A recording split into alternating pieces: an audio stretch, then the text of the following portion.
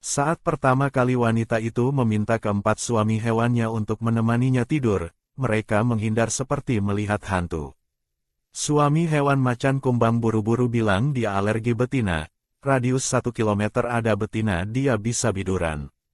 Suami hewan duyung bilang dia punya kebiasaan membunuh hewan dalam mimpi, kalau tidak percaya boleh dicoba. Suami hewan ular kobra lebih parah lagi, langsung lari puluhan kilometer jauhnya untuk mengungsi darurat. Sentang menggertakkan gigi gerahamnya karena marah. Pria-pria brengsek ini benar-benar tidak memberinya wajah sedikit pun. Akhirnya dia hanya bisa menatap Senli dengan menyedihkan. Senli melihat si gemuk ini bertingkah imut, sudut mulutnya berkedut hebat. Baiklah, baiklah. Malam ini aku temani kamu tidur.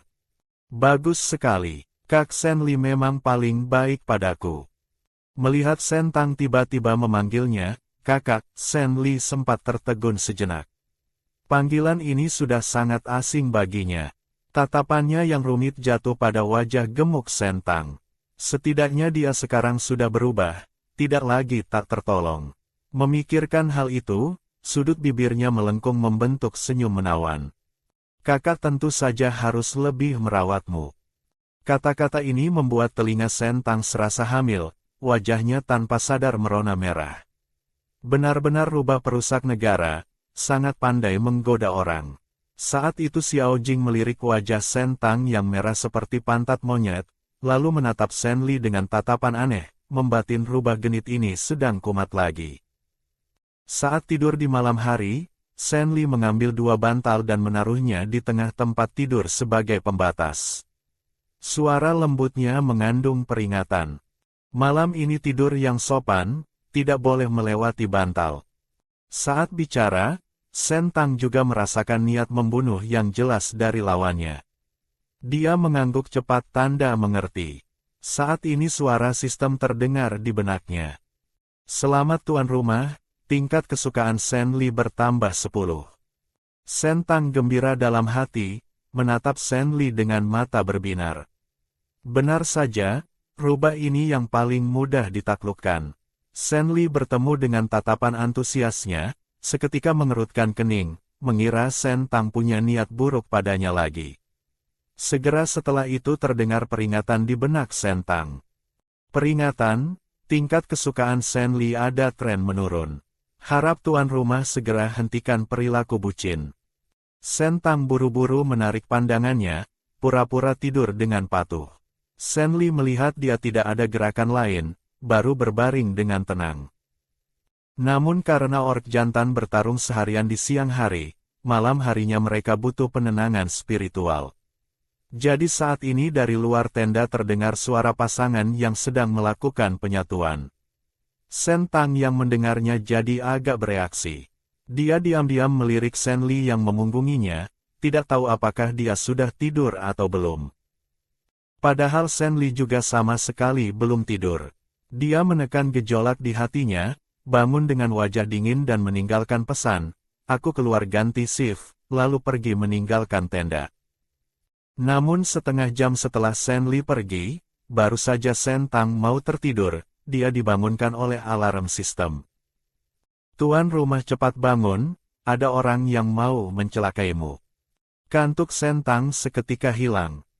Siapa yang mau mencelakaiku?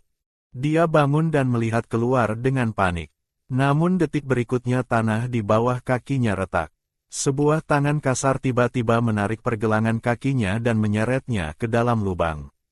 Sentang bahkan tidak sempat berteriak minta tolong dan langsung menghilang dari tempat itu. Saat Sentang sadar kembali, dia mendapati dirinya sedang dipanggul di bahu seorang ork jantan pendek dan gemuk yang berlari kencang di dalam hutan.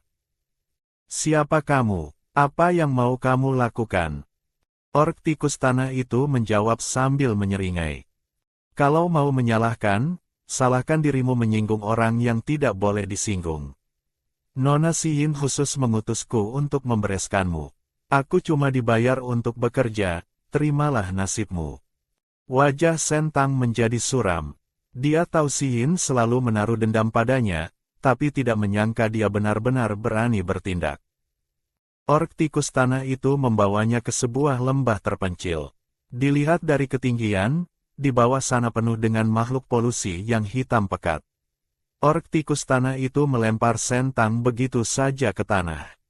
Diamlah di sini baik-baik, sebentar lagi makhluk-makhluk itu akan datang mencarimu. Setelah bicara dia langsung masuk ke tanah dan menghilang. Untungnya Sentang memiliki sistem. Dengan bantuan sistem, Sentang dengan cepat melepaskan rantainya. Sentang awalnya ingin kembali lewat jalan yang sama untuk mengungkap kejahatan bajingan-bajingan itu, tapi suara sistem tiba-tiba terdengar di benaknya. Tuan rumah, Si Yin adalah putri penguasa kota. Kalau kamu kembali mengadu seperti ini, kamu malah mungkin akan dibunuh oleh penguasa kota untuk menutup mulut. Kebetulan aku bisa mendeteksi posisi pemeran utama pria Lu Xiao yang terjebak tidak jauh dari sini. Lebih baik kamu cari cara untuk membawanya kembali dulu. Dengan begitu, jika penguasa kota segan karena kelima suami hewanmu ada semua, dia tidak akan berani bertindak sembarangan. Sentang ragu sejenak lalu mengangguk. Kalau begitu ikuti saranmu, cari Lu Xiao dulu. Namun setengah jam kemudian, saat Sentang melewati pinggir sungai kecil, dia justru memergoki seorang pria berambut perak sedang mandi di sungai. Mata Sentang membelalak. Sue Yingzu, kenapa dia ada di sini? Tapi karena terlalu kaget, dia tanpa sadar maju selangkah, dan kakinya menginjak ranting kering di bawahnya. Siapa di sana? Sue Yingzu mendengar suara itu, tiba-tiba menoleh ke arah Sentang. Sentang kaget dan buru-buru mundur, mencoba menyembunyikan tubuh gemuknya di balik pohon besar. Saat suara di depan menghilang, dia dengan penasaran mengintip ke arah sungai, tapi menemukan bayangan orang di air sudah hilang. Saat dia bingung, tiba-tiba hawa dingin dan lembab menyerang dari belakangnya. Kamu cari mati. Sentang kaget sampai jatuh terduduk di tanah, menatap ngeri pada pria yang muncul seperti hantu di depannya. Tubuh Sue Yingzu penuh dengan aura pembunuh. Siapa yang memberimu nyali berani mengintipku mandi? Sentang buru-buru menjelaskan. Aku tidak sengaja mengintipmu, aku cuma kebetulan lewat dan tidak sengaja melihat. Namun Sue Yingzu sama sekali tidak percaya kata-katanya. Dia tiba-tiba maju dan mencekik leher Sentang. Wajah Sentang seketika memerah karena sesak napas. Aku bicara yang sebenarnya. Kalau tidak percaya tanya saja ke Kam nanti. Malam ini aku mengalami percobaan pembunuhan. Orang itu membuangku di area polusi, ingin membiarkanku mati konyol. Aku benar-benar tidak bohong padamu. Sue Yingzu menyipitkan matanya yang berbahaya, berpikir sejenak, lalu melepaskan tangan dinginnya. Sentang jatuh ke tanah memegangi lehernya dan batuk hebat. Sementara Sue Yingzu tanpa belas kasihan sedikit pun berbalik pergi. Melihat itu Sentang buru-buru bangun memanggilnya. Jangan pergi, aku butuh kamu ikut denganku. Aku seorang betina sendirian di area polusi pasti tidak akan hidup lewat malam ini. Apa hubungannya denganku? Kalau ikut aku terus, aku tidak segan mengirimmu mati duluan. Hati Sentang merinding. Tiba-tiba dia teringat satu plot cerita pemilik asli. Alasan Sue Yingzu membencinya tapi tetap harus tunduk padanya adalah karena di dalam jantungnya tertanam sebuah chip. Chip itu bisa mengendalikan hidup dan matinya. Memikirkan hal ini Sentang berkata, bukankah kamu selalu menginginkan kunci chip itu? Asalkan kamu membantuku kali ini, aku bisa mempertimbangkan untuk membukanya bagimu. Tatapan Sue Yingzu dingin seperti es. Kamu mengancamku. Sebenarnya dia sudah tidak peduli lagi soal itu.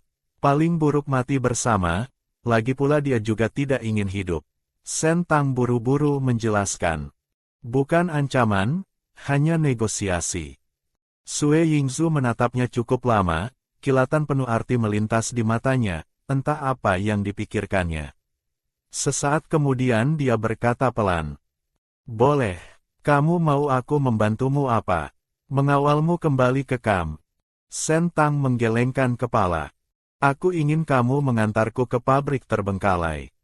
Ada kilatan terkejut di mata Sue Yingzu, tapi dia tidak terlalu peduli. Baginya pergi kemana saja sama saja. Dia pun berbalik memimpin jalan. Shen Tang mengikutinya sepanjang jalan. Hanya saja semakin dekat ke pabrik terbengkalai, jumlah makhluk polusi semakin banyak, levelnya juga semakin tinggi. Tapi makhluk-makhluk polusi ini di tangan Sue Yingzu sama sekali tidak bisa melawan, semuanya menjadi santapan ular raksasa. Shen Tang berada di sisinya merasa aman sekaligus takut kalau pria itu sedang tidak senang malah menelannya juga.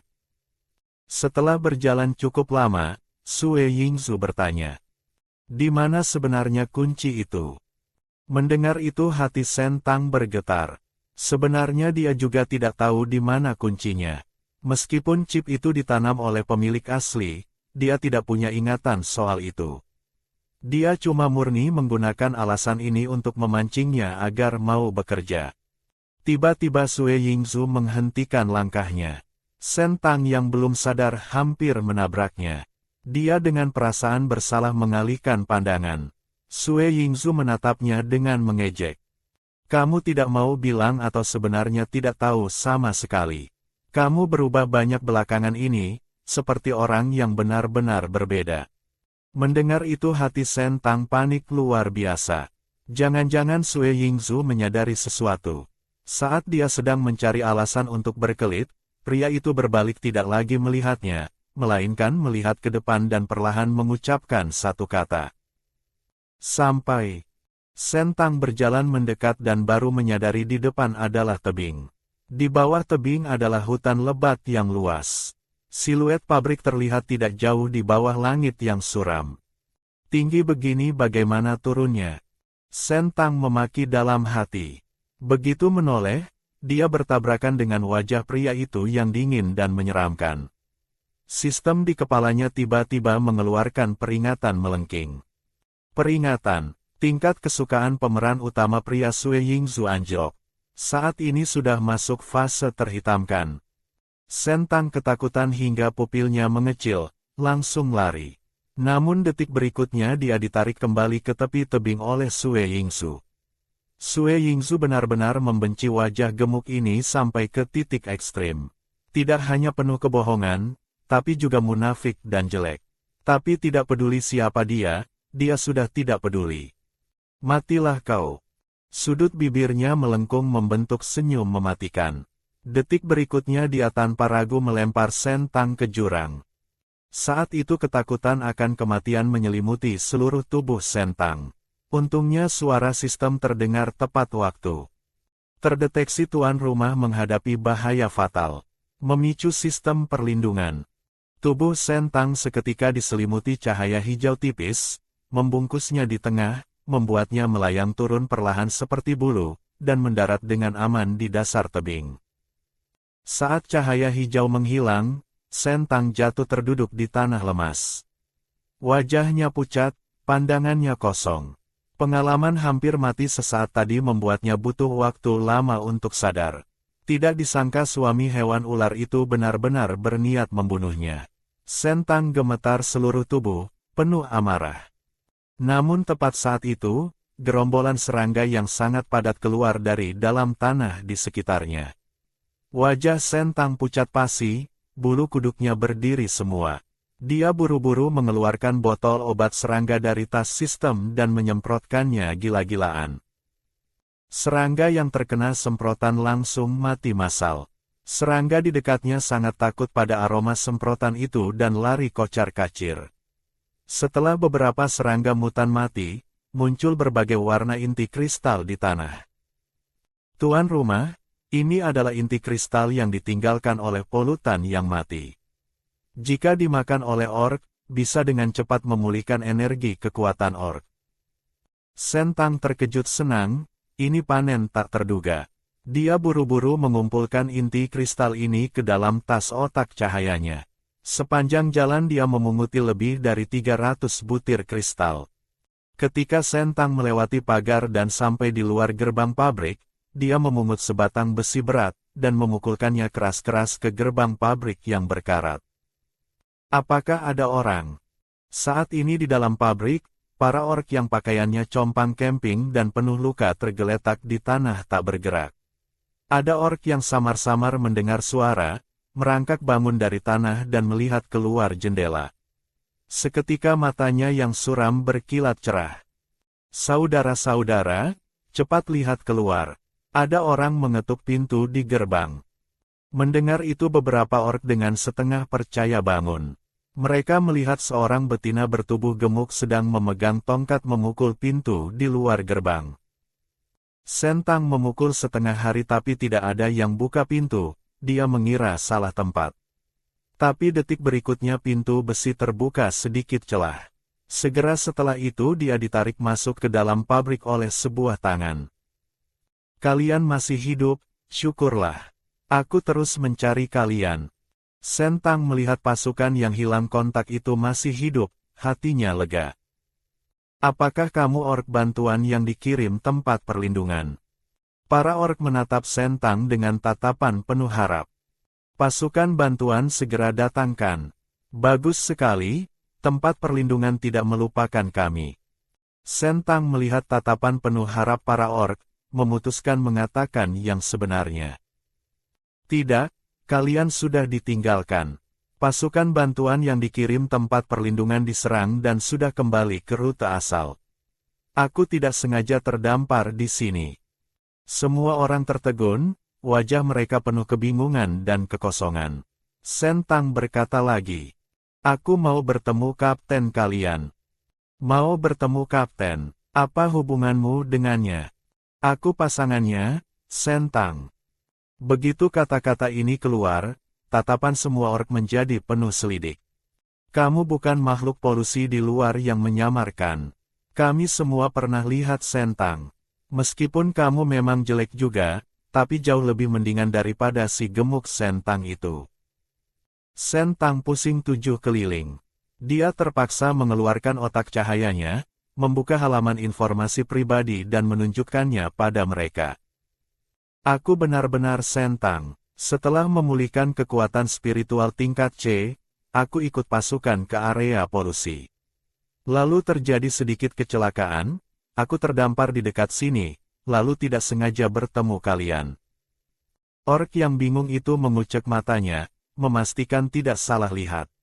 "Ya ampun, benar-benar Sentang. Verifikasi informasi pribadi otak cahaya tidak mungkin dipalsukan. Jerawat di wajahmu kok hilang?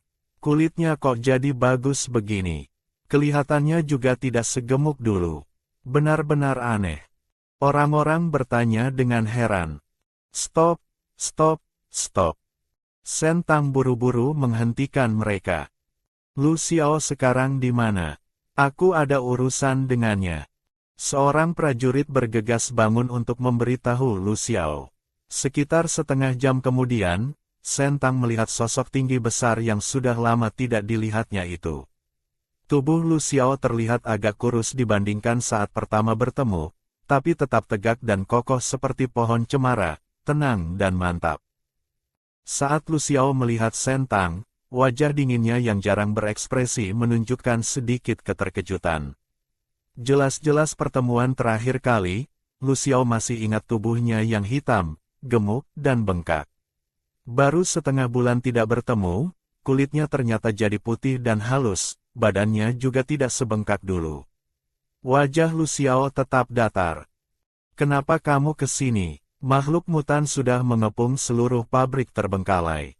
Pasukan juga sudah lama kehabisan air dan makanan. Kami tidak bisa membawamu keluar hidup-hidup. Tapi aku bisa membawa kalian keluar hidup-hidup." Sentang menatap matanya sambil tersenyum. Wajah Lu Xiao menunjukkan keteguhan sesaat. "Apa?" Semua orang menoleh melihat Sentang yang bicara besar, curiga betina ini sudah gila karena tertekan. Dalam situasi seperti ini masih ada mood bercanda. Sentang tidak banyak bicara, langsung mengeluarkan 100 dus air murni dan 100 dus biskuit kompresi energi tinggi dari ruang penyimpanan otak cahayanya. Logistik seketika memenuhi separuh area. Sentang tersenyum tipis melihat orang-orang yang membatu karena kaget. Semua ork di sana melongo. Bahkan ada yang wajahnya merah padam karena saking gembiranya hingga meneteskan air mata. Ini setidaknya cukup untuk makanan mereka selama 7 hari. Akhirnya ada harapan. Lu Xiao pun tidak menduga Shen Tang benar-benar datang membawa perbekalan. Lu Xiao segera menyuruh wakilnya membagikan perbekalan. Orc yang kelaparan dan kehausan sudah tidak sabar lagi. Begitu perbekalan dibagikan, mereka langsung menyerbu seperti harimau lapar. Lu Xiao, ada satu hal yang ingin aku bicarakan berdua denganmu. Shen Tang berjalan ke sisinya dan merendahkan suara. Lu Xiao menunduk menatap Shen Tang dengan kening berkerut. Ikut aku. Shen Tang mengikutinya ke sebuah bengkel kosong, di dalam hanya ada mereka berdua. Shen Tang menceritakan semua kejadian di luar beberapa hari ini secara rinci kepadanya. Lu Xiao mengerutkan kening setelah mendengarnya. Makanan dan air itu kamu dapat dari mana? Gaji yang kalian serahkan padaku dulu, aku tabung sebagian untuk membeli perbekalan. Untuk jaga-jaga kalau ada kejadian tak terduga seperti hari ini. Lu Xiao tersenyum dingin. Tidak kusangka kamu punya pemikiran seperti itu. Aku kira uangmu semua disumbangkan ke kasino untuk amal. Sudut mulut Shen Tang berkedut. Tidak disangka pria yang diam ini mulutnya pedas juga. Dia takut Lu Xiao curiga lagi, jadi sengaja meniru gaya pemilik asli yang sombong. Aku ini jahat tapi bukan bodoh. Tentu saja harus menyisakan barang untuk menyelamatkan nyawa sendiri. Kalau bukan karena sekarang aku harus mengandalkan kalian untuk keluar dari tempat terkutuk ini, aku tidak akan rela mengeluarkan perbekalan ini. Mendengar dia bicara begitu, kerutan di kening Lu Xiao malah sedikit mengendur. Bagaimanapun dalam pemahamannya, Shen Tang adalah betina yang egois sampai ke tulang sumsum. Penjelasan ini justru lebih bisa dipercaya olehnya. Tapi bagaimanapun juga, bantuan Shen Tang kali ini benar-benar membantu mereka melewati masa kritis. Ding, selamat tuan rumah, tingkat kesukaan Lu Xiao bertambah 20. Harap tuan rumah terus berjuang. Mendengar suara mekanis tiba-tiba di benaknya, Shen Tang menatap Lu Xiao dengan kaget. Pria itu bertemu pandang dengannya, lalu segera menarik tatapannya. Wajah dinginnya tenang tanpa gejolak, tidak beda dari biasanya. Cih, ternyata tipe tsundere. Sudut bibir Shen Tang melengkung tersenyum, lalu berkata dengan misterius. Sebenarnya selain perbekalan, aku masih punya barang bagus lainnya. Sambil bicara dia mengeluarkan semua inti kristal dari tas sistem. Botol obat serangga itu sudah habis, tapi dia memanen lebih dari 300 butir. Inti kristal ini cukup untuk membuat kekuatan tempur pasukan orc ini pulih ke puncaknya dengan cepat. Setidaknya bisa bertahan untuk 3 hari pertarungan darah. Kali ini bahkan wajah Lu Xiao yang seperti gunung es pun retak. Dia menatap lekat-lekat mata Shen Tang. Suaranya rendah dan dingin. Inti kristal ini dari mana kamu dapatkan? Shen Tang sesaat tidak menemukan alasan yang pas. Jadi dia bicara belak-belakan saja. Setiap orang punya rahasianya sendiri. Kamu tidak perlu tahu. Kamu cukup tahu aku bersedia memberikannya pada kalian. Tapi inti kristal ini tidak gratis. Aku butuh kamu dan pasukanmu membantuku mengambil inti energi yang tersembunyi di pabrik ini. Lu Xiao menyipitkan mata dalam-dalam, menatapnya penuh arti. Kamu bahkan tahu soal inti energi. Soal inti energi aku dengar dari Xiao Jing dan Shen Li. Mereka bilang penguasa kota memimpin orang ke area polusi demi mendapatkan inti energi di pabrik terbengkalai. Inti energi itu pasti sangat berharga. Tentu saja aku tidak mau datang sia-sia, harus mendapatkan barang bagus itu. Masalahnya tidak sesederhana itu. Inti energi tersimpan di laboratorium bawah tanah paling dasar. Tapi di sana juga dikurung satu makhluk mutan yang sangat kuat. Pengukuran energinya bisa mencapai tingkat 10 ke atas.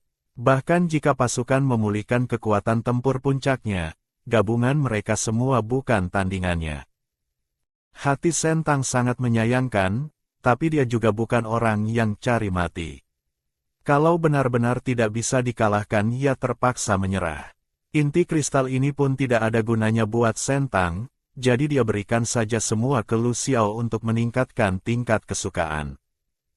Inti kristal ini ambillah. Bagikan ke anggota pasukan. Peluang kita lolos dari area polusi juga lebih besar. Lu Xiao menatapnya dengan bingung, akhirnya meninggalkan ucapan terima kasih lalu berbalik pergi. Ding, selamat tuan rumah, tingkat kesukaan Lu Xiao bertambah 10. Harap tuan rumah terus berjuang. Saat ini Sentang karena kelelahan semalaman memang agak lelah. Dia bersandar di dinding sudut dan tertidur. Keesokan harinya saat fajar menyingsing, dalam tidurnya yang samar-samar Sentang sepertinya mendengar geraman makhluk hidup. Detik berikutnya, ledakan dahsyat terdengar dari bawah tanah. Seluruh pabrik berguncang hebat. Semua ork di dalam pabrik terbangun. Entah siapa yang berteriak, monster itu keluar. Semua ork kacau balau lari keluar. Sentang karena tubuhnya yang gemuk tertinggal jauh di belakang pasukan. Saat hampir keluar dari pabrik, dia tanpa sadar menoleh melihat ke dalam. Seekor harimau raksasa sedang merangkak keluar dari bawah tanah. Lu Xiao sedang bersama sebagian ork menahan monster itu, mengulur waktu agar yang lain bisa lari. Sentang tidak sempat memikirkan keselamatan orang lain. Baru saja menoleh mau lari keluar pintu, pupil matanya mengecil lagi. Makhluk mutan sudah mengepung pabrik dari luar. Gerombolan padat setidaknya ada ribuan ekor.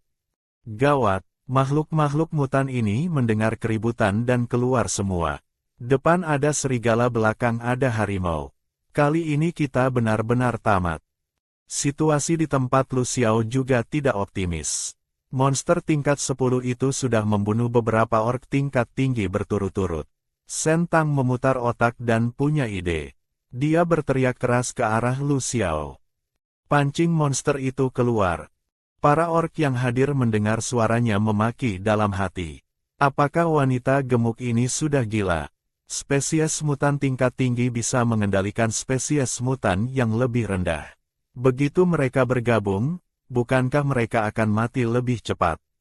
Lu Xiao juga tidak mengerti apa yang sebenarnya ingin dilakukan Sentang. Tapi mengingat tatapan tegasnya saat dini hari tadi, entah kenapa hatinya sedikit goyah. Dia berubah ke wujud aslinya, seekor elang emas dengan bentangan sayap yang tidak kalah besar dari subjek eksperimen itu, dan dengan kejam mencakar sisik subjek eksperimen hingga mengeluarkan darah hijau muda. Subjek eksperimen itu seketika marah, matanya merah mengejar elang emas. Saat Lu Xiao melewati Sentang, dia menyambar Sentang dengan cakarnya dan terbang. Sentang dengan cepat mengeluarkan ramuan biru dari sakunya. Ini adalah ramuan pengamuk. Bau yang dipancarkannya memiliki efek halusinasi dan membingungkan bagi makhluk polusi, bisa membuat mereka gila dan menyerang sumber bau itu dengan membabi buta. Lempar benda ini ke subjek eksperimen itu. Mata elang Lu Xiao berkilat kaget. Tidak menyangka dia punya benda ini.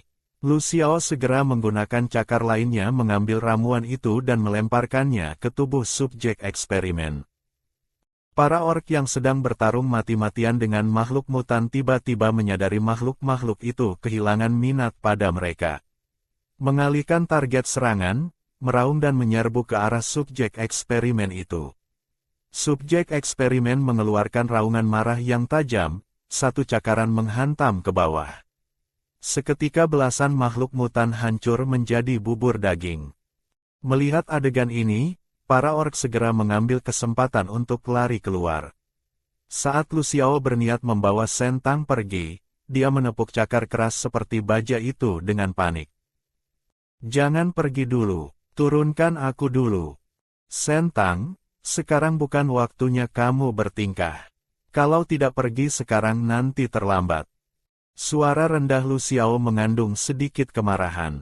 Sentang tidak berdaya, Lu Xiao pasti mengira dia mau cari mati lagi. Kamu masih ingat inti energi. Mumpung sekarang subjek eksperimen itu sedang sibuk dan tidak bisa bergerak, ayo kita ke laboratorium bawah tanah dan ambil inti energi itu. Lu Xiao ragu sejenak, lalu tidak menurunkan Sentang, melainkan langsung membawanya menukik masuk ke pabrik terbengkalai. Berubah menjadi wujud manusia dan membawa Sentang ke bawah tanah pabrik. Namun, baru saja Sentang mengambil inti energi, dia mendengar raungan mengerikan itu lagi. Gawat, subjek eksperimen itu mengejar. Cepat lari. Lu Xiao melempar bom mini di laboratorium, dengan cepat berubah menjadi wujud elang, mencengkeram Sentang dan terbang ke langit. Saat pabrik meledak, kecepatan Lu Xiao melonjak seperti jet tempur supersonik, terbang ke arah tertentu di hutan. Setelah pasukan berhasil lolos, mereka berkumpul di satu lokasi. Mendengar suara pekikan elang di langit tinggi, orang-orang di bawah mendongak melihat Lu Xiao membawa Sentang kembali dan bersorak-sorai. Lu Xiao mendarat dan berubah menjadi manusia. Kaki Sentang lemas, dia jatuh ke tanah dan muntah sejadi-jadinya. Melihat penampilannya yang menyedihkan, orang-orang merasa sedikit kasihan. Kali ini terima kasih banyak padamu, Sentang. Kalau bukan karenamu kami tidak mungkin keluar hidup-hidup. Para ork mengubah pandangan mereka terhadap Sentang. Dulu Sentang gemuk, jelek, dan bodoh, mereka menghindarinya. Tapi sekarang dia terlihat jauh lebih baik, dan berbaik hati membantu mereka lolos dari pabrik. Rasa jijik para ork terhadapnya perlahan menghilang. Ding, selamat tuan rumah menyelesaikan misi tersembunyi, merebut hati orang tahap 2. Hadiah perbaikan ortodontik kawat gigi. Waktu perbaikan diperkirakan 1-3 bulan. Segera setelah itu, Sentang merasakan sakit yang menyengat di dalam mulutnya. Dia membuka kamera selfie otak cahaya dan mencoba membuka mulut. Yang paling jelas adalah giginya menjadi putih. Beberapa gigi berlubang itu juga berubah menjadi gigi yang normal dan sehat. Oh iya tuan rumah, ada satu hal lagi. Tingkat kesukaan Lu Xiao melonjak. Saat ini sudah menembus benci dan mencapai hubungan biasa saja. Hadiah 1 butir pil penurun berat badan. Sudah otomatis masuk ke tas sistem. Sentang merasa senang. Sekarang tidak buru-buru minum pil diet, tunggu sampai kembali nanti. Saat pulang, Sentang diizinkan duduk di punggung Lu Xiao. Melihat Lu Xiao berubah menjadi elang emas bertubuh raksasa, bulu-bulunya berkilau seperti logam, penuh dengan keindahan kekuatan dan kecepatan, mata Sentang penuh kekaguman. Hanya saja saat dia memanjat naik lewat ekornya, dia bisa merasakan tubuh elang emas itu tenggelam ke bawah. Wajah Sentang seketika merah padam, malu setengah mati. Diet, dia harus segera diet. Sementara itu di kamp pasukan, setelah Sentang disergap semalam, dia belum juga ditemukan. Hidup matinya tidak diketahui. Hal ini memicu kepanikan luar biasa di antara para ork di kamp. Penguasa kota juga terpaksa menganggap serius masalah ini, mengirim banyak ork untuk mencari keberadaan Sentang di sekitar. Di sisi lain, Si Yin sangat gembira. Dia sengaja berdandan menor, lalu keluar mencari Xiao Jing dan kawan-kawan. Kebetulan baru jalan 2 langkah, dia bertemu Xiao Jing yang baru pulang dari luar. Dia buru-buru memasang senyum lembut dan sopan, mengangkat ujung gaunnya berjalan mendekat. Kakak Xiao Jing, kalau ada masalah bisa cerita padaku. Siapa tahu aku juga bisa bantu. Wajah tampan Xiao Jing memancarkan ejekan dan penghinaan, bahkan malas menanggapi. Melihat Xiao Jing sama sekali tidak menggubrisnya dan langsung melangkah pergi, wajah Si Yin menjadi sangat masam. Dia menoleh ke arah Xiao Jing menghilang dan memaki dengan marah. Kamu pikir kamu siapa? Nona ini naksir kamu, itu keberuntunganmu. Berani-beraninya kasih muka masam padaku. Si Yin menggigit bibir, hasrat menaklukkan di matanya malah semakin membara.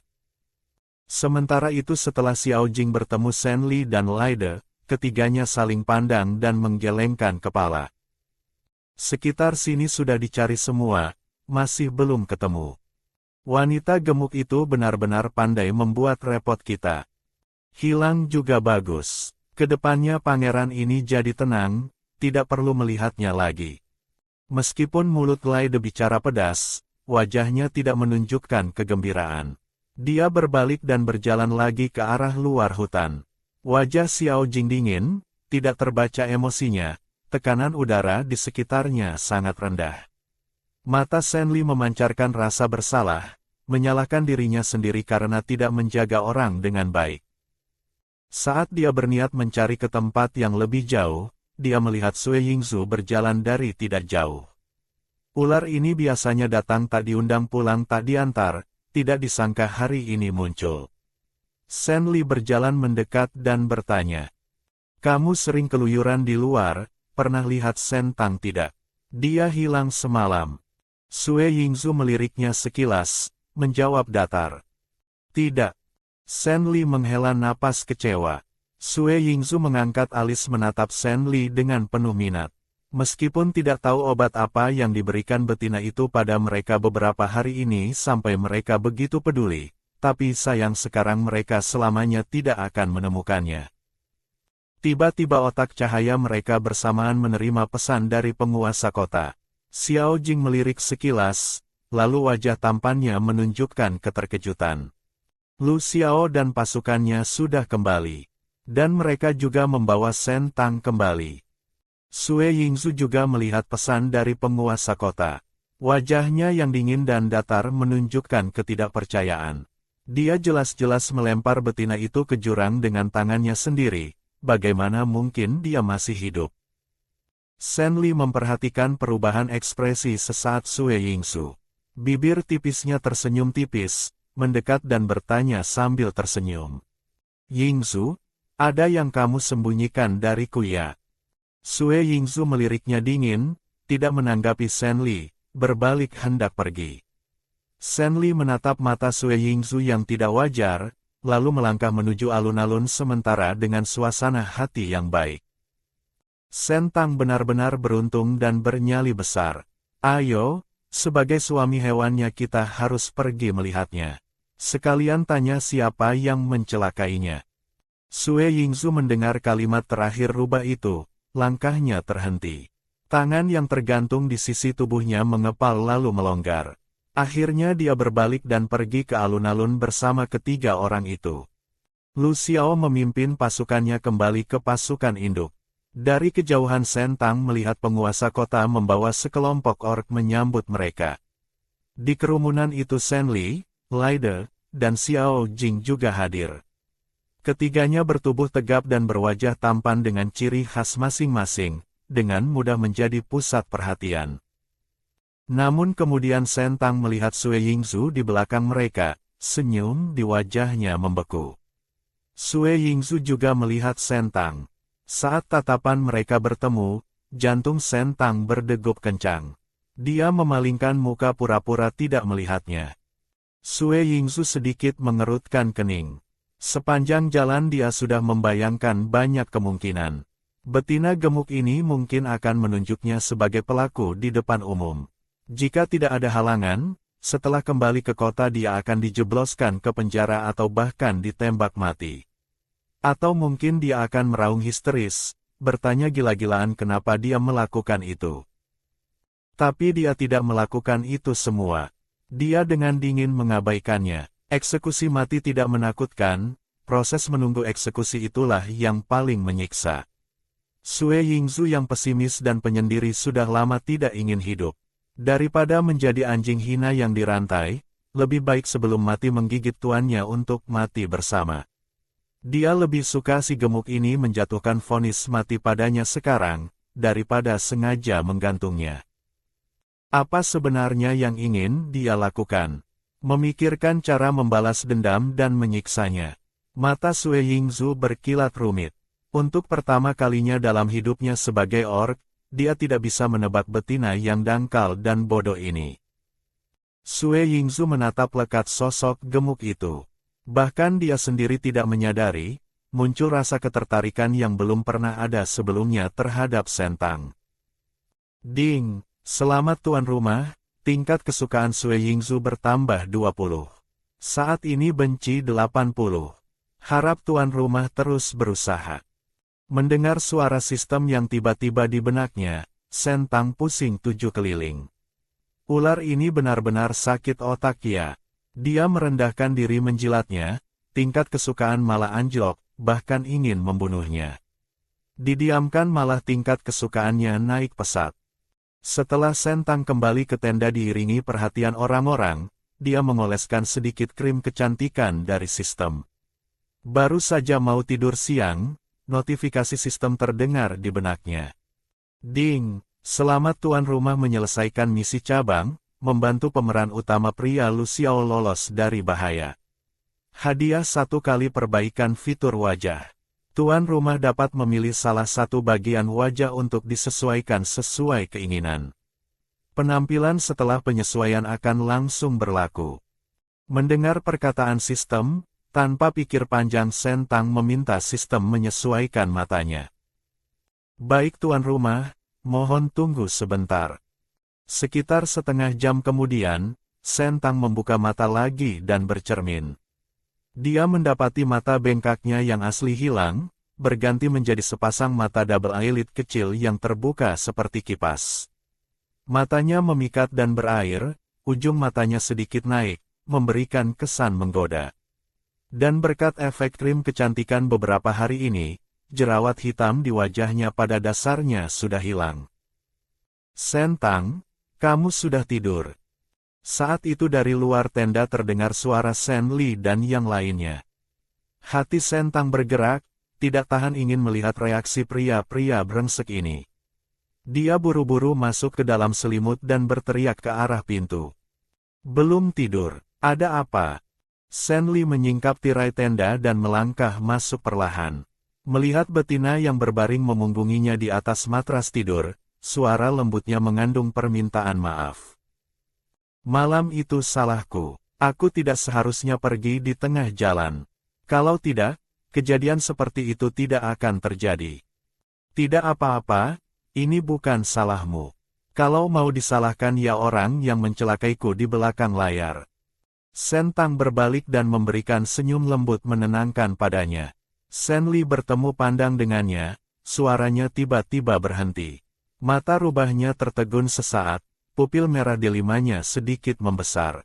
Sentang mengedipkan mata dengan penasaran. Ujung matanya yang naik seperti kail kecil, menggaruk lembut hati Sen Li, memberikan sensasi menggelitik. Kemudian Xiao Jing dan Lai De yang masuk juga tertegun melihat wajahnya. Lai De menatap kaget pada mata Sentang yang berair dan memikat.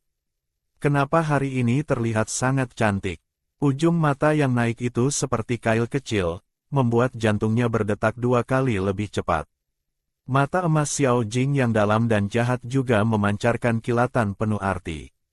Jangan-jangan si gemuk ini ditukar orang. Ditatap lurus oleh 3 pria besar, Sentang sengaja pura-pura tidak tahu, mengedipkan mata dengan bingung.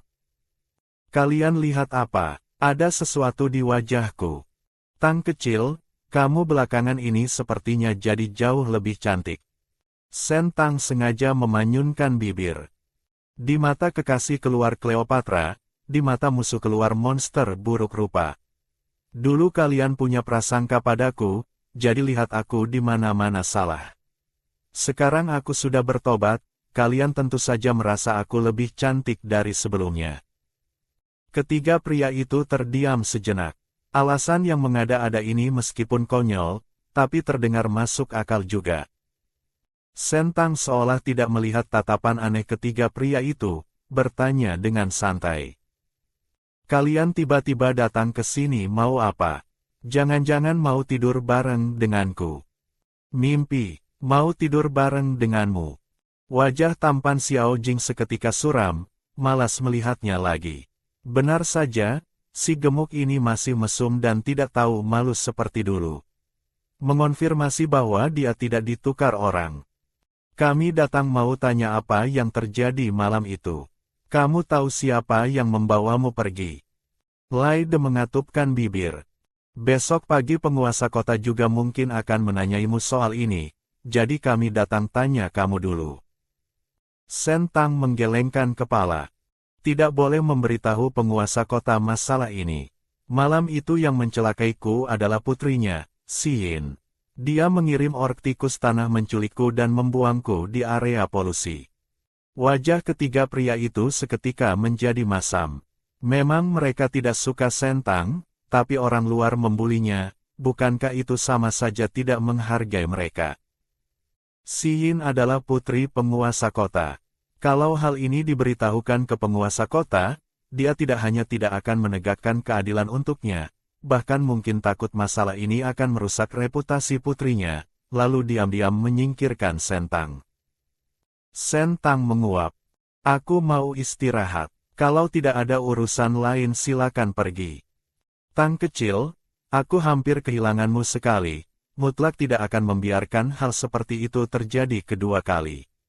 Malam ini tidurlah di tendaku. Aku pasti akan melindungimu dengan baik. Tatapan Sen Li jatuh lembut di wajahnya. Suara rendah dan merdunya bercampur rasa bersalah dan kasih sayang, seolah benar-benar ingin berusaha menebus kesalahannya. Kalau bukan karena tingkat kesukaan sistem tidak berubah sedikit pun, Sentang mungkin benar-benar mengira rubah licik ini menyukainya. Sikap penuh kasih sayang ini benar-benar jago akting. Tapi Sentang juga tidak menolak. Ada pria tampan menemani tidur tidak hanya aman, tapi juga menyegarkan mata. Kenapa tidak? Melihat Sentang ikut Sen Li ke sarang rubahnya, Laide mengerutkan kening dan berkata datar. Rubah genit ini kenapa jadi begitu perhatian? Bukankah dia punya misofobia, takut kotor? Dulu paling benci bersentuhan dengan Sentang. Hari ini malah inisiatif membawanya ke sarang.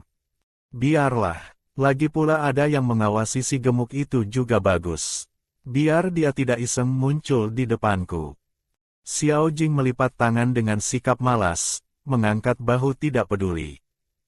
Malam itu Sue Yingzu kembali dari luar. Dari jauh dia sudah mencium aroma daging di udara.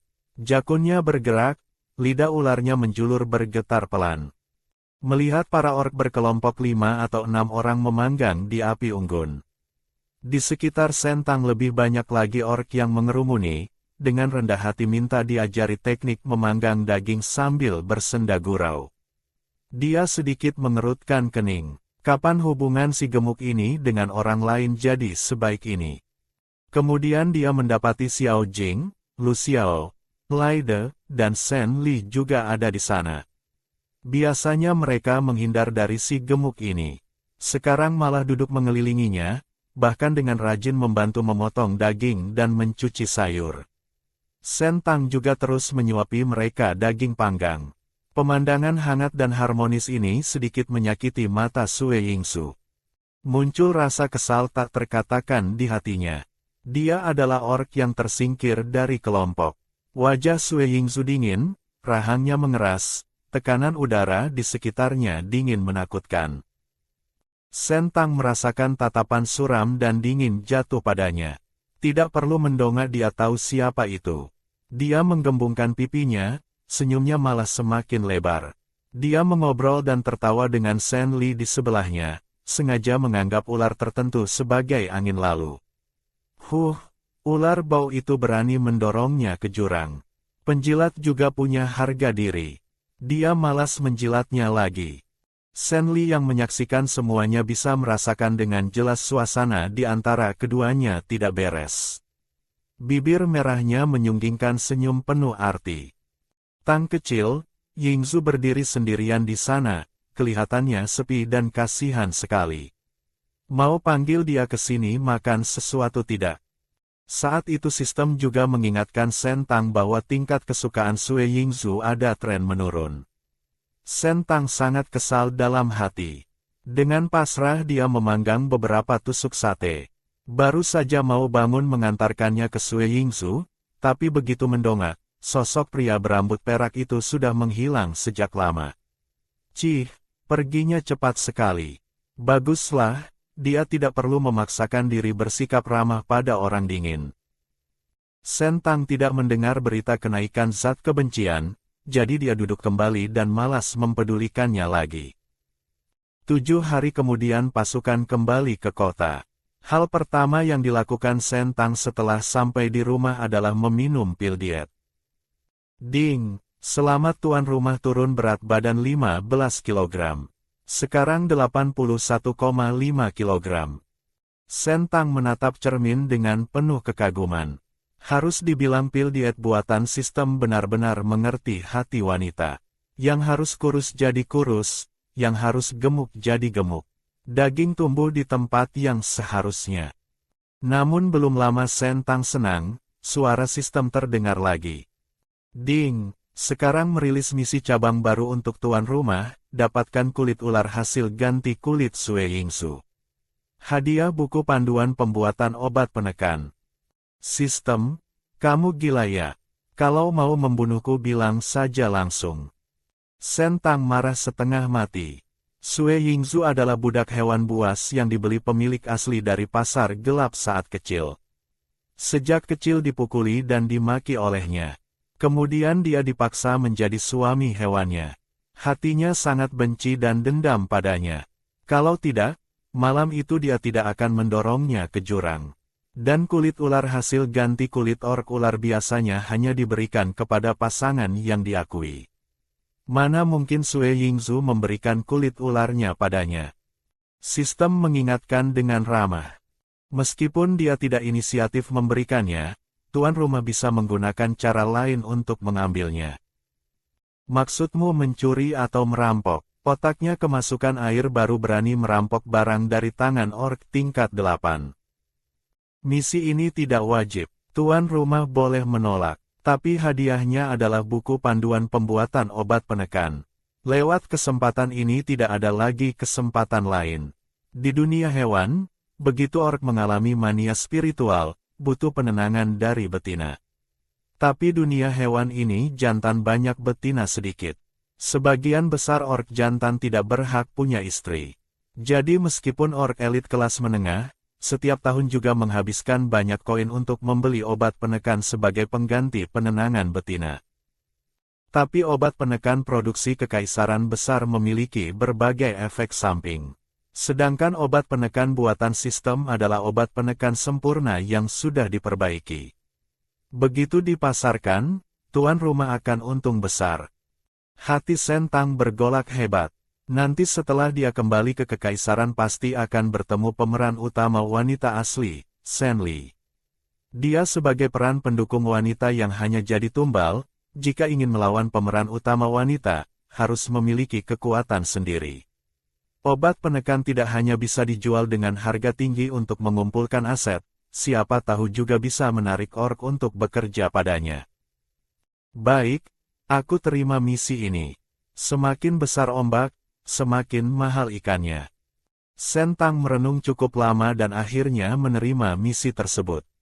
Pukul 3 pagi, Sentang diam-diam berdiri di depan pintu villa Sue Yingsu mengintip ke dalam. Di dalam gelap gulita, lampu tidak dinyalakan. Karena sistem akses pintu tempat tinggal jantan terbuka penuh untuk pemilik betina, Sentang dengan mudah menyusup masuk ke kamar. Dia berjalan ke pintu kamar tidur, menempelkan telinga ke pintu dan mendengar tidak ada gerakan di dalam, lalu memutar gagang pintu pelan-pelan. Terlalu mesum, dia seperti orang cabul yang diam-diam menyusup ke kamar gadis baik-baik. Sentang merasa sangat konyol. Dosa apa yang dia perbuat di kehidupan sebelumnya sampai terikat sistem ini dan melakukan misi konyol begini. Tuan rumah semangat, aku mendeteksi Sue Yingsu masuk fase tidur nyenyak. Kulit ular seharusnya ada di dalam kamar. Sentang menarik napas dalam-dalam, memaksakan diri masuk ke kamar tidur. Detik berikutnya dia hampir tersandung sesuatu. Dengan bantuan cahaya dia melihat pemandangan di depannya, pupil matanya mengecil, tidak berani bernapas. Sue Yingsu berbaring menyamping di tempat tidur. Rambut peraknya terurai. Tubuh bagian bawahnya berubah menjadi ekor ular panjang. Panjangnya hampir belasan meter, menjuntai dari ujung tempat tidur dan melingkar longgar di lantai. Yang hampir dia injak tadi adalah ekor ularnya. Sentang ketakutan tidak berani bergerak, telapak tangannya berkeringat karena gugup. Dia menatap lekat pria di tempat tidur, melihat napasnya teratur dan tidak ada tanda-tanda bangun, baru dia menghela napas lega. Sentang menelan ludah, dengan hati-hati melangkahi ekor ular yang meliuk di lantai, berjalan susah payah karena takut tidak sengaja menginjaknya. Di tempat tidur tidak terlihat kulit ular bekas ganti kulit. Seharusnya disimpan di lemari. Sentang pergi ke depan lemari, dengan hati-hati membongkar isi lemari. Namun saat dia membungkuk membelakangi tempat tidur, pria berambut perak di tempat tidur perlahan membuka matanya. Dia menyipitkan mata dengan nyaman, menatap betina yang mengendap-endap tidak jauh darinya dengan tatapan mempermainkan. Seperti predator puncak yang sedang santai mengamati tikus kecil yang belum sadar bahaya akan datang. Sentang mengaduk-aduk setengah hari, akhirnya melihat tumpukan kulit ular yang tertata rapi di dalam lemari. Disimpan sebagus ini, entah mau dikasih ke siapa. Namun tepat saat itu, ekor ular yang dingin dan licin tiba-tiba melilit pinggangnya, menariknya kuat ke belakang. Sentang terhuyung dan jatuh menabrak tubuh Sue Yingsu. Ork itu bangkit, menatapnya dingin dari ketinggian. Malam-malam tidak tidur, diam-diam datang ke kamarku mencuri. Aku harus memuji nyalimu besar, atau kebodohanmu yang cari mati. Suaranya dingin dan rendah, tekanan udara di sekitarnya dingin menakutkan. Sentang berusaha menahan rasa takut di hatinya, mendongak menatapnya, dan berkata dengan percaya diri. Aku ini pemilik betinamu. Pemilik betina datang mencarimu itu hal yang wajar. Kamu dan barang-barangmu secara hukum adalah milikku. Aku mengambil barangku sendiri mana bisa dibilang mencuri. Sentang, beberapa hari tidak bertemu, kemampuanmu tidak tahu malu makin meningkat ya. Sentang tiba-tiba teringat malam dia didorong ke jurang. Rasa dingin merambat dari telapak kaki ke ubun-ubun. Dia buru-buru berkata, soal kamu mendorongku ke jurang hari itu, aku tidak memberitahu orang lain. Kalau tidak, tempatmu hari ini adalah penjara yang dingin dan lembab. Jadi demi melihat aku tidak membongkarmu, bisakah kamu menyetujui satu permintaanku? Masih berani mengajukan permintaan padaku? Dari mana nyalimu? Ekor ular yang besar dan kasar tiba-tiba mengerat melilit pinggang Sentang. Tapi tiba-tiba gerakan ekor itu terhenti. Wajah dingin dan suram pria itu menunjukkan keanehan. Dia ingat betul pinggang wanita gemuk ini setebal tong air. Tapi sekarang pinggang dan pinggulnya memiliki lekuk yang jelas. Sensasi melilitnya ternyata lumayan enak di luar dugaan. Tepat di saat keraguannya sesaat itu, Sentang mengambil kesempatan melepaskan diri dari lilitan ekor ular, lari terbirit-birit menuju pintu. Misi gagal ya sudahlah, dia tidak mau mati gara-gara ini. Tak disangka belum sempat lari keluar pintu, pinggangnya terasa berat, dililit ekor ular lagi dan diseret kembali ke sisi pria itu. Sentang berkata dengan wajah memelas. Aku tahu aku salah, aku tidak seharusnya mengancammu. Lepaskan aku ya, anggap saja kejadian malam ini tidak pernah terjadi. Ini mimpi burukmu. Sue Yingsu tersenyum dingin. Wanita gemuk ini lumayan sadar diri. Memimpikannya memang mimpi buruk. Dia menyalakan lampu ruang tamu. Ruangan seketika terang benderang. Sue Yingsu menunduk menatap betina malang yang dililit ekor ularnya. Mata dinginnya yang jahat menunjukkan sedikit keheranan. Wanita gemuk ini kenapa jadi tidak sejelek itu? Ingin aku melepaskanmu? Kalau begitu beritahu aku dulu, untuk apa kamu masuk mencuri malam ini? Aku cuma mau kulit bekas ganti kulitmu.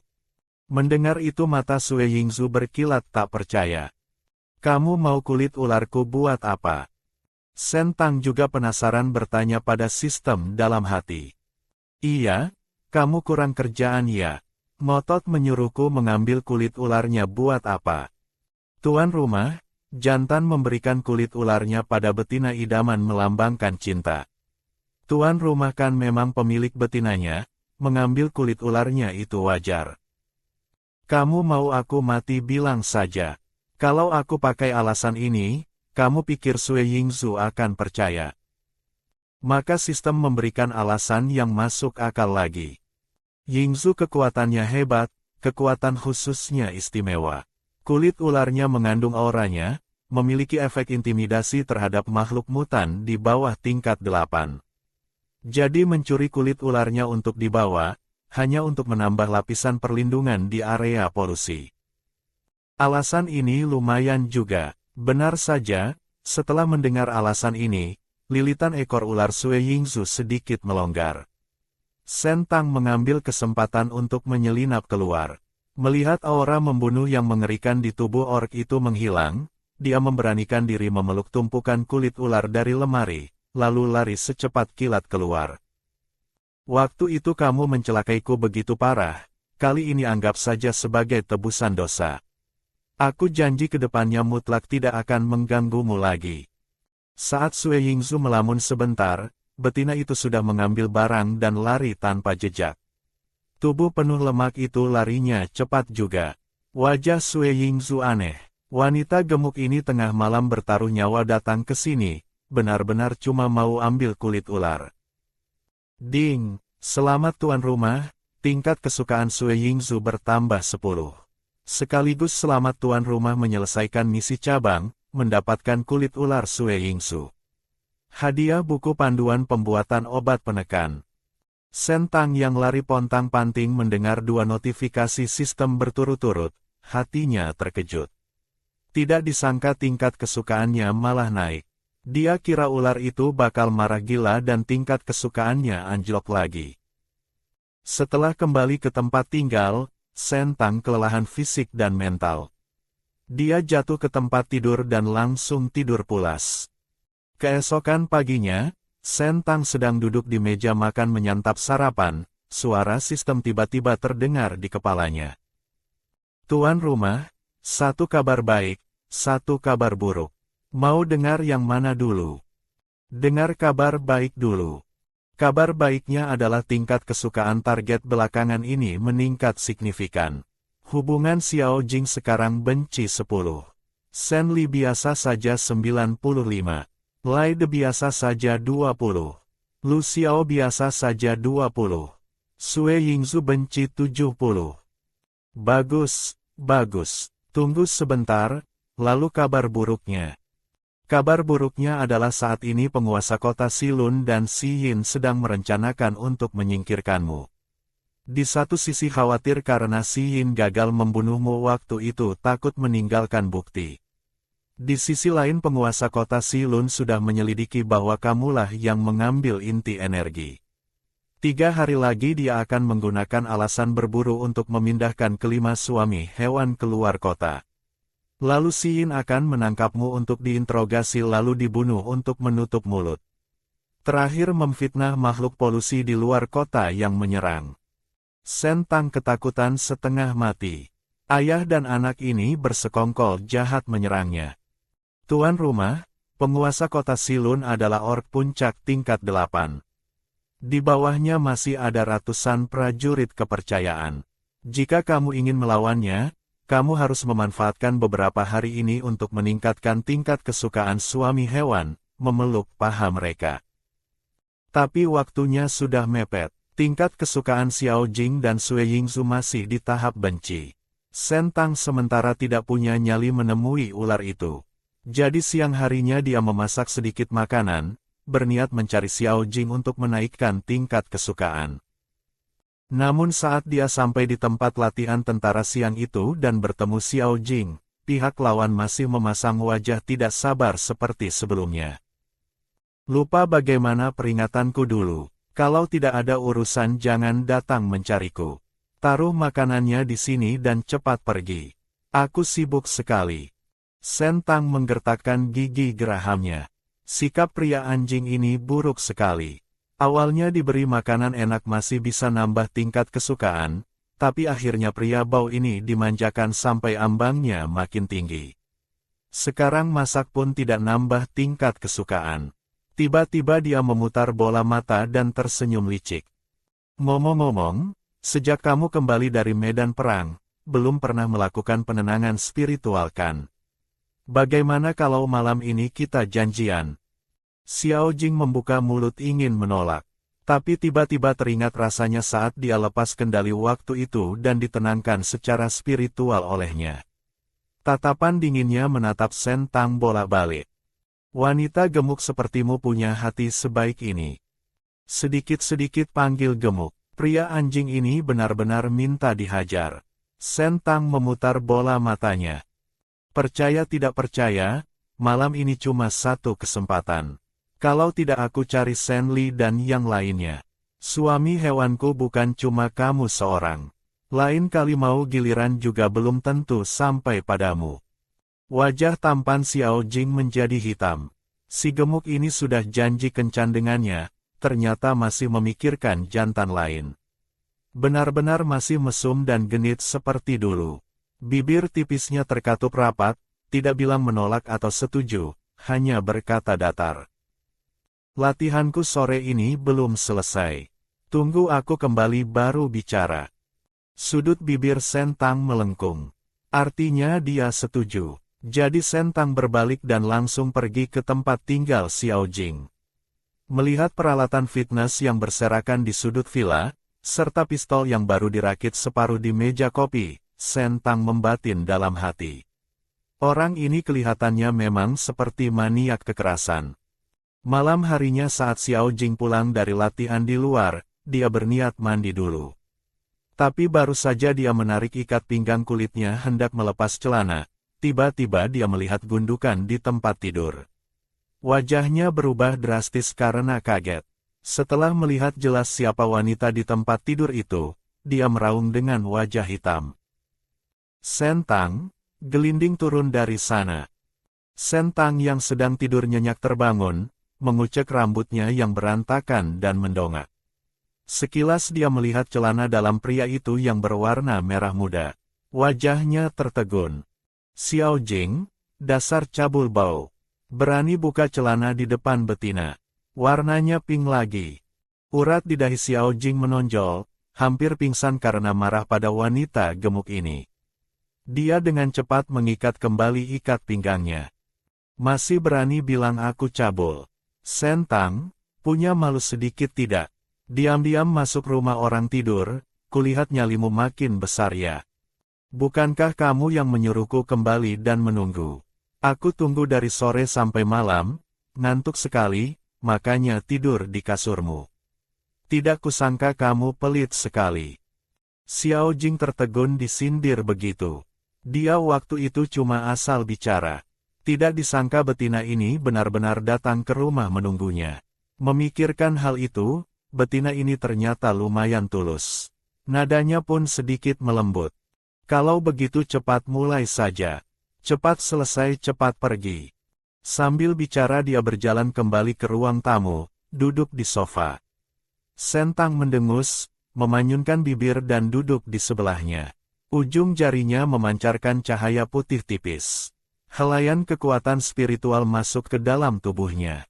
Xiao Jing yang dalam kondisi setengah hewan memejamkan mata bersandar di sofa sambil mengerutkan kening. Dalam rasa sakit sepertinya terselip sedikit kenikmatan yang tertahan. Tepat saat itu suara sistem tiba-tiba terdengar di benak Sen Tang. Ding, selamat tuan rumah memicu misi cabang, elus telinga macan tutul Xiao Jing. Hadiah misi semprotan penurut. Sen Tang memaki dalam hati. Sistem, kamu gila ya, menyuruhku menyentuh telinga hewan dewa kematian ini. Dia pasti akan menendangku keluar masuk tong sampah.